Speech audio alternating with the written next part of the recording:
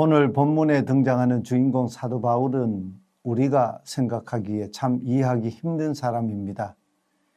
바울은 죽음을 자신의 삶에 항상 짊어지고 다니는 사람이었습니다. 좀 점잖은 표현이 죽음이지 본문의 의미를 적나라하게 표현하면 시체를 자기 몸에 짊어지고 다니는 사람이었다는 얘기입니다. 생각해 보십시오. 아무리 죽음이 좋아도 그러지 시체를 항상 자기 몸에 짊어지고 돌아다니는 사람을 누가 정상적인 사람이라고 생각하겠습니까? 바울이 자기 몸에 짊어지고 다니던 시신이 누구의 시신이었습니까? 고린도후서 4장 10절에 이렇게 고백합니다. 우리가 항상 예수의 죽음을 몸에 짊어짐은 예수의 생명이 또한 우리 몸에 나타나게 하려 함이라 했습니다. 이 이야기의 뜻은 바울이 항상 자기 몸에 예수님의 죽음 곧 예수님께서 십자가에서 죽임당하신 그 시신을 짊어지고 지금까지 복음 전하며 다녔던 소아시아, 유럽으로 여러 지역으로 두루두루 돌아다녔다는 얘기입니다. 여기서 바울이 말하는 예수님의 죽음 곧 예수님의 시신은 무엇을 말하는 것일까요?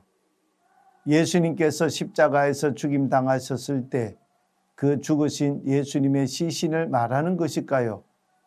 사내들인 공회원 중 한 사람이었던 아리마대 사람 요셉이라는 사람과 또 밤에 예수님을 찾아왔던 바리새인 이스라엘의 선생이었던 니고데모가 십자가에서 죽임당하신 예수님의 시신을 십자가 위에서 내려서 그 시신을 닦고 향품을 바르고 세마포로 싸서 돌무덤에 장사했던 그 시신 끄집어내어서 짊어지고 다닌다는 말이었을까요?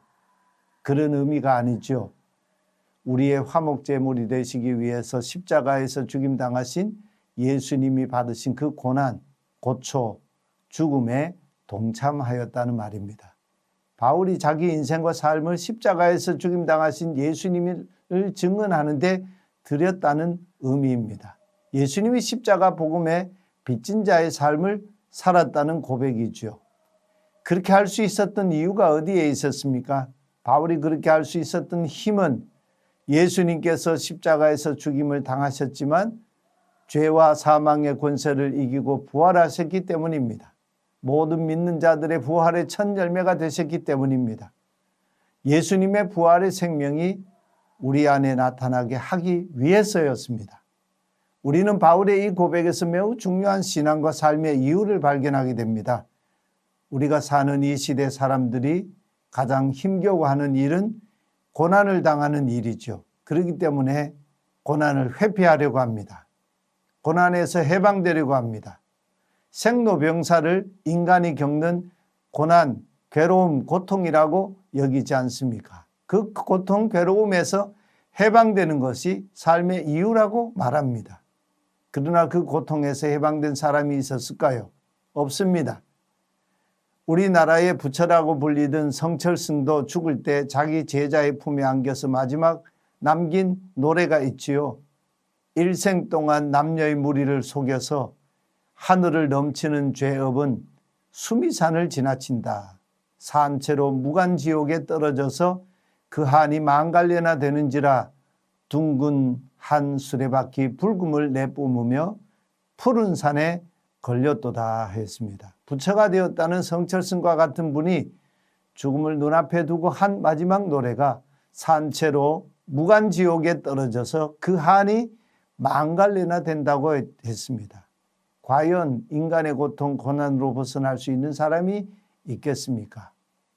한 인간, 예수님 이외에는 없습니다.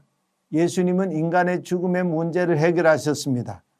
죄와 사망의 문제를 죽음에서 부활하심으로 완전하게 해결하셨습니다.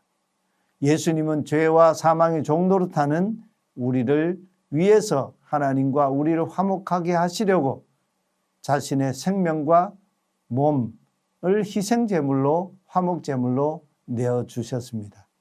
그리고는 그 죽음으로 끝나신 것이 아니죠. 부활하심으로 모든 믿는 자들에게 생명의 주가 되셨습니다. 그 주님의 생명에 동참하는 길이 바로 주님이 걸어가신 십자가의 길, 고난의 길, 우리의 삶의 길로 함께 걸어가야 하는 길이죠. 주님과 함께 고난에 동참하는 자가 고난을 이깁니다. 예수님의 십자가의 죽으심을 몸에 짊어지고 살아가는 자가 예수님의 부활에 참여하는 자가 되기 때문에 그렇습니다. 고난을 이기는 힘은 예수님의 죽으심과 부활하심 안에 있기 때문입니다. 아멘.